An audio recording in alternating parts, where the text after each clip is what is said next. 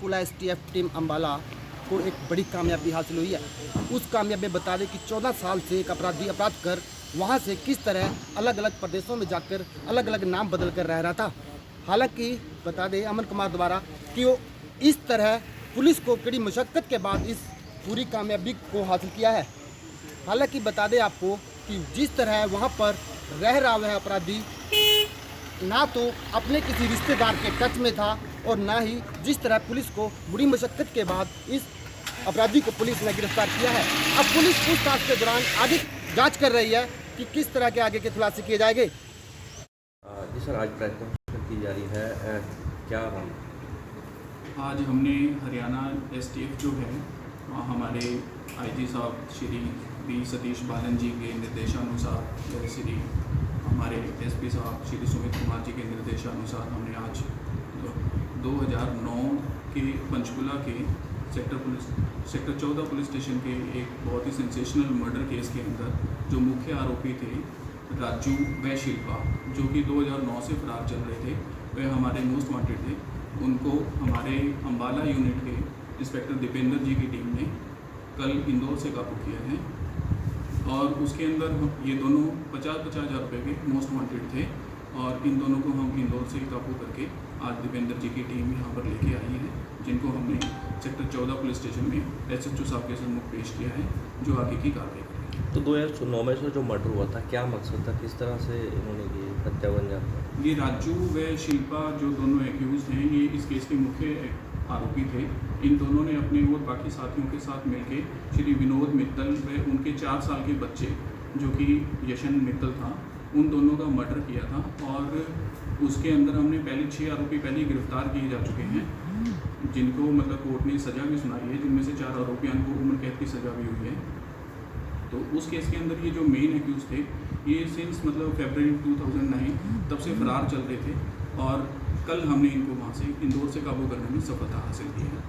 तो मैं इसमें श्री दीपेंद्र प्रताप जी जो हमारे अम्बाला यूनिट के इंचार्ज हैं, उनको बहुत बहुत बधाई देना चाहता हूँ। तो सर, मर्डर के 14 साल बाद इनको पकड़ पाना कैसे सफल हो पाया? क्योंकि बाकी आरोपी पकड़े गए थे, उनको सज़ा भी हो चुकी है, लेकिन इनको इतनी देरी से कैसे?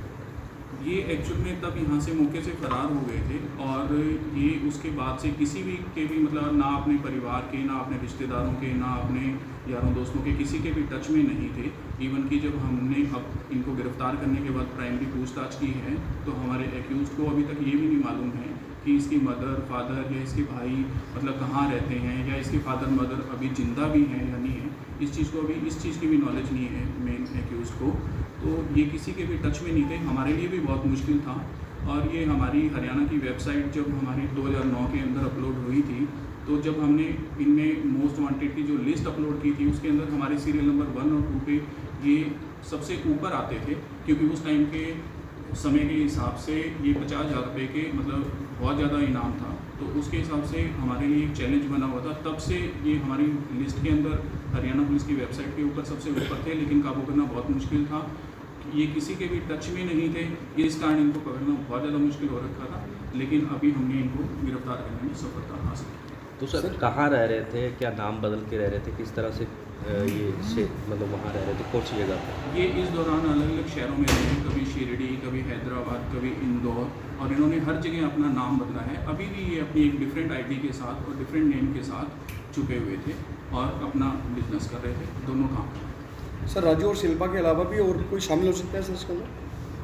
अभी तक हम मतलब पूछताछ करेंगे। अभी तक हमने प्राइमरी पूछताछ की है। इस केस की हमने पहले वैसे इन्वेस्टिगेशन की जा चुकी है, जिसमें 6 आरोपियों को गिरफ्तार किया जा चुका है। मेन ये था कि इन्होंने मर्डर करने के बाद हमारा जो श्री विनोद मित्तल जी हैं, उनकी हत्या करने के बाद उनकी बॉडी को डिस्पोज ऑफ करने के लिए एक नहर के अंदर फेंका। और जब बच्चा उनके साथ था, जो उनके घर पे मतलब कि इनके साथ विनोद मित्तल जी के साथ था, तो इन्होंने कि बच्चा घर पे जाकर बतला ना दे, इसलिए उसको बेचारे को जिंदा ही इन्होंने 4 साल के बच्चे को नहर के अंदर फेंक दिया था, जो हमारी पहले के एक्यूज की स्टोरी के अकॉर्डिंग आया है और जिसके आधार पर उनको उम्र कैद की सज़ा हुई है। लेकिन हम आगे फर्दर अब इनसे भी पूछताछ करेंगे कि उन एक्यूज के अलावा कोई और फर्दर इनके साथ शामिल था, तो हम उसके हिसाब से आगे की तफ्तीश करेंगे। लेकिन जिस दौरान ये फरार रहे हैं, उस दौरान अगर इन्होंने कोई क्राइम किया होगा तो उसके रिगार्डिंग हम इनसे पूछताछ भी करेंगे और हम अदर क्राइम बिकॉज बाकी चीज़ों से राज्यों से खुला अंजलि फैमिली वाला नेम का इन्होंने आधार कार्ड नहीं बनवाया है, लेकिन इनकी सुमिता पवार और विक्की पवार के नाम की हमें आधार कार्ड मिले।